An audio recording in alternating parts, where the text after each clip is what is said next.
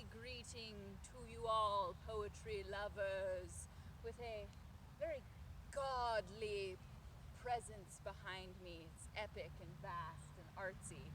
So we drove by this, and it was definitely on my list of like, okay, now that would be a great backdrop for some poetry for me to throw it down for y'all. That's pretty cool. It's some Greek gods and forgotten gods of the past, and a few that are still with us, depending on who you ask. Um, so I thought, yeah, beautiful sight behind me. Love this. We're just at this great park with this art. But I didn't know what I was going to do in front of this art. And then last night I had this crazy dream where it was just like a sound bite recording that I heard in my dreaming. And I was like, wow, that's going to be a good poem. I'm just going to flow with it. And it was like calling a business, and it was like, you've reached God's secretary. And I was like, well, that's really good. I'm going to use that. I'm going to roll with that. So you all know, you've heard me kind of roll with it before. I don't care what you believe, what religion you subscribe to or belong to. If you have love in your heart, you're good by me. We're cool. We're tight. We're fine. But a lot of people don't.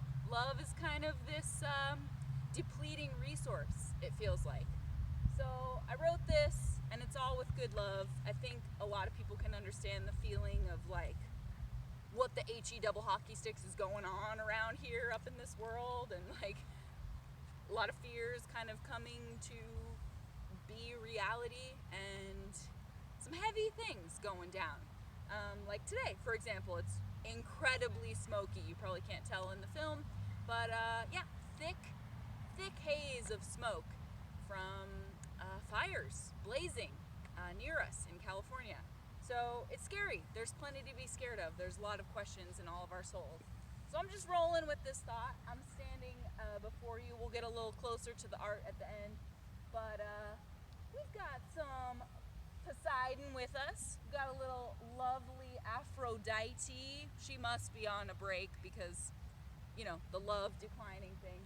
Aphrodite, we got Athena, we got Hydra, we got Zeus, the man with the Z, we got Hera, we got Hades. Somehow he stuck around. I was trying to figure that out, like, how did he make the cut? I don't really get that. We got Hades, we got Pan, Medusa, the Minotaur, and Pegasus. Yes, Pegasus. So I don't know, I was just kind of thinking after I did my poem, like, I'm sure that they believed in these homies with just as much conviction as we believe in the new gods. Do they all just hang out together up there? Do they not get along? Do they have beef? Do they have rivalries? I don't know. This is just some wandering thoughts based on my little soundbite in my poem, in my dream. A dream is a poem, is a story, is a song, is a poem. You all know that. So here we are. Here's my poetry for today. It's called You've Reached God's Secretary. Did God's direct line get jammed? Was it like spam calls with humans where we just get so sick of being tuned in that we have to tune the fuck out? Did God just get tired of folks shouting on their voicemail? They just had this perpetually full mailbox, so instead of finding solutions, they just started making it flood and catch fire and hail all over. Did they just get caller ID and think, do any of these people even really know me? I'll just delete all my contacts, because I can never be sure. People pray for different reasons, some selfish, some pure. But are they asking how God's doing ever? Or are they just after the allure of heaven and forgiveness? Did it perhaps start to feel like a means of connection? Did it perhaps start to feel less like a means of connection and more like a business?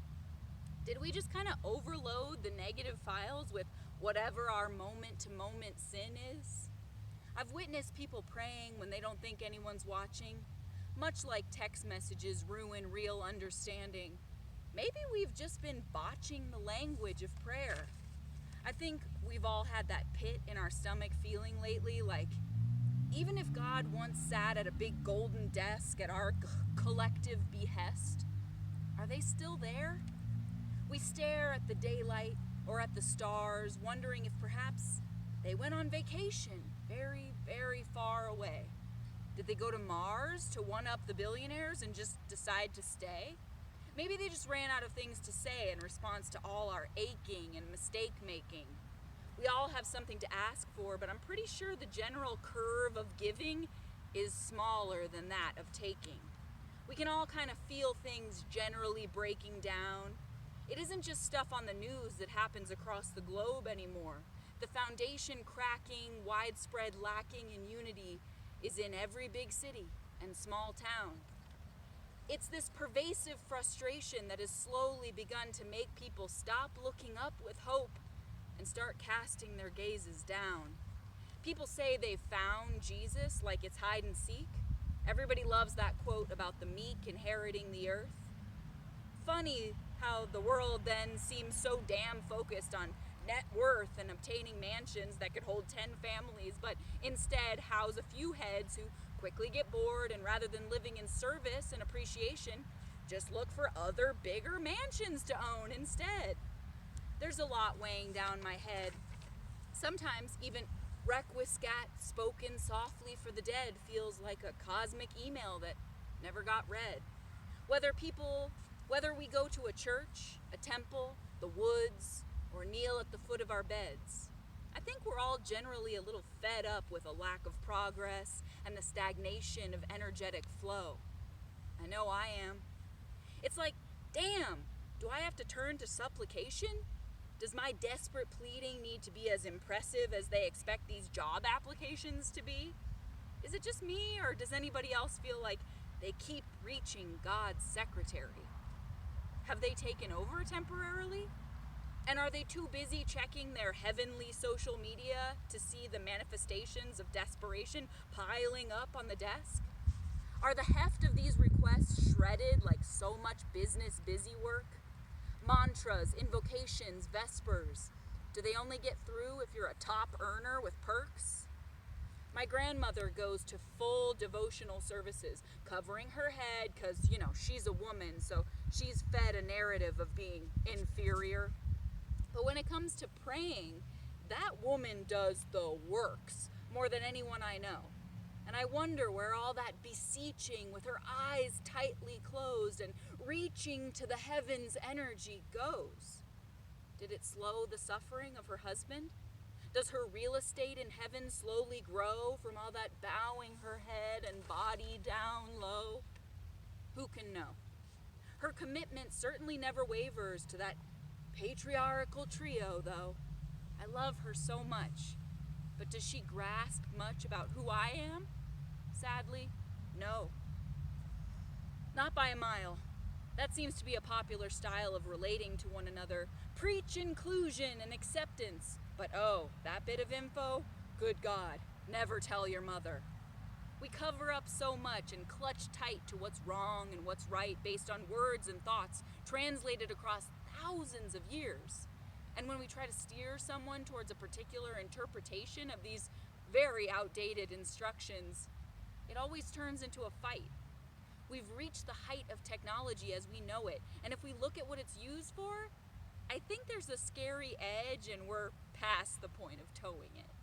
Have we subverted God and perverted natural awe with this all-powerful web of seduction and power siphoning? Did we design our own man-made reduction of spirit stability? My soul used to feel this strength and agility when it came to dealing with what was thrown at me. Lately, it's so hard to hone in on that solidity. My soul feels strained and scared and fumbling for the ability to process or adapt. Honestly, feels like it got slapped, and it's still attempting to react, but the impact was too hurtful to pull it together. Anybody else feeling a terrible fray in that tether to what gives you the ability to weather these freaky earth-altering storms? We just go back to Netflix, like fires and floods in every direction is the norm. We conform to whatever the latest semi-motivating ad campaign feeds to our destabilized brains. And even if the comfort is forced or strained, most of us will take it. But I can't just shake it, this pit of tension I feel, because you only have to peel back a few thin layers to see that the key greedy players and their total lack of regard still remain in control. Luminous echoes have been found behind a black hole in the Zwicky galaxy, 1,800 million or so light years from here. It proves an old Einstein theory, but it also clearly allows us to peer into how absolutely massive everything outside ourselves truly is. Pour a soda and try to focus on one single bubble of the fizz. Does it seem pointless? Did you lose track of the bubble already? Well, maybe that's like trying to track every prayer, and maybe all of them flooding in kind of broke the levee of what God could handle. All our missteps and regrets and scandals. Vandals target holy spots all the time. Do they believe in nothing? Or are they just sick of feeling like their prayers and thoughts just evaporate, and that whatever God they sought would never bother to find them? Where does all this anger stem from? No one just wakes up with the kind of venom you see these days. It could just be the result of many souls feeling completely shunned. No one's even stunned when they see atrocities anymore. I still pray humans rediscover or uncover their goodness and rebuild the core of whatever reason we all got put here for. This metaphorical whole world over traffic jam of yelling and selling out cannot be the outcome here. There's just gotta be more. I'll continue to send my heartfelt entreaties out and implore to anyone listening to please improve things a bit. It doesn't have to be perfect or glistening, but I gotta hope that my belief in a better version of all this is more than just wishful thinking. I can sometimes tell just by the way someone is blinking in public that they're actually sending out a prayer bulletin, hoping it gets pinned on God's to-do corkboard. I'm assured somehow when I see others who send it out on a skyward tour like that, without some fat list of attached selfish stipulations, people who pour their deepest communication skills into the possibility that there is a chance for us all to still exist at our fullest, or simply more full potential. I have to think maybe there's an undercover agent around, some kind of sentinel working for a sacred council, tasked with seeking those who ask for the betterment of all, rather than asking for some horrible dividing border wall, or a boat, or a promotion, or some other such short-sighted tall order. Even if all my requests never make it to the boss's desk and are only seen by the secretary, I hope they don't get buried or just sent to the electronic sorter. I hope they are seen, even by a team low on the totem pole of power. And that the sincerity of these pleas, at the very least, provides them with some smiles on their lunch hour. So that's my little wondering about what the heck are all 7 billion of us doing here? Like, what's going on? And is it ever going to be clear? And can we, like, get along or, like, sing a song or something? Or, like, feel good? Can we maybe do that? I don't know.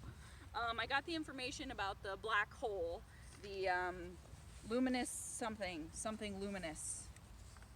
The Zwicky Galley, the Zwicky Galaxy. You know Zwicky. You met up with Zwicky. You know him. He's a good guy. The luminous echoes. Yeah, I got that information from a Live Science article. It's called Light from Behind a Black Hole Spotted for First Time, Proving Einstein Right. And it's an article by Ben Turner. So, I always like to cite my sources. So let's go closer to the art. Yeah, we good? Yeah. Go a little closer. I like this guy. He's pretty cool. I think he's supposed to be the Minotaur. Oh, you're okay. You're okay. This little guy wants to get closer to the gods as well. Oh, he's choking himself. Yeah, you're okay. You're getting too excited. We got Medusa up in here. She's looking scary. Babe, help. He's like wrapped up. That's why he's coughing. Buddy, you're just very excited to come see the gods. We got Medusa. We got Pan. I forget. Who's this guy? Hades. Is that Zeus? Hades. Oh, that's Hades. Ooh, he's mad. He's kind of cute, though. It's a cute interpretation of him. And then we got Zeus up here. Who's the lady with Zeus? It's either, is it Hera or Hera. Aphrodite? I think that's Hera, because I think, She's the one on the sea.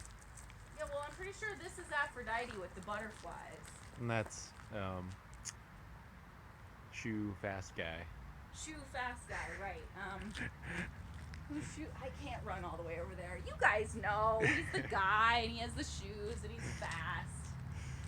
Aphrodite holding it down for love. She's pretty cool. She's like, you know, I just go like this, and like, butterflies shoot out and love vibes and stuff.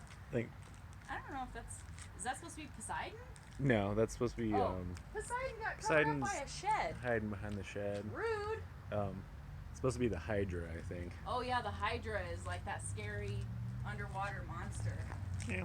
I like this guy, pufferfish. Look, My favorite's this little guy. yeah, what a cutie. And this turtle is like mad about something. And there's, Oh, these seahorses are kissing. Love. Love is all you need. Oh, these are cool, like underwater Poseidon. But yeah, why you cover this guy up? He's a god. That's disrespectful. Come on, get him. So, it's okay. It's okay. You can just pick He him just up. wants to be part of it. I don't know what he thinks he sees. He's like, there's gods over there. I want to sniff them out. But, you just keep sending your intentions out. Just, every bit of it helps. I've got to believe it's going somewhere. I still pray. I still say words of manifesting better love and more love in this world. So don't hide it. You know, I know it's really frustrating because it's hard to see the beginning or end of it, or where is it all going? Does it add up to anything? But I think it does. So just keep up the love, y'all. I'll see you tomorrow.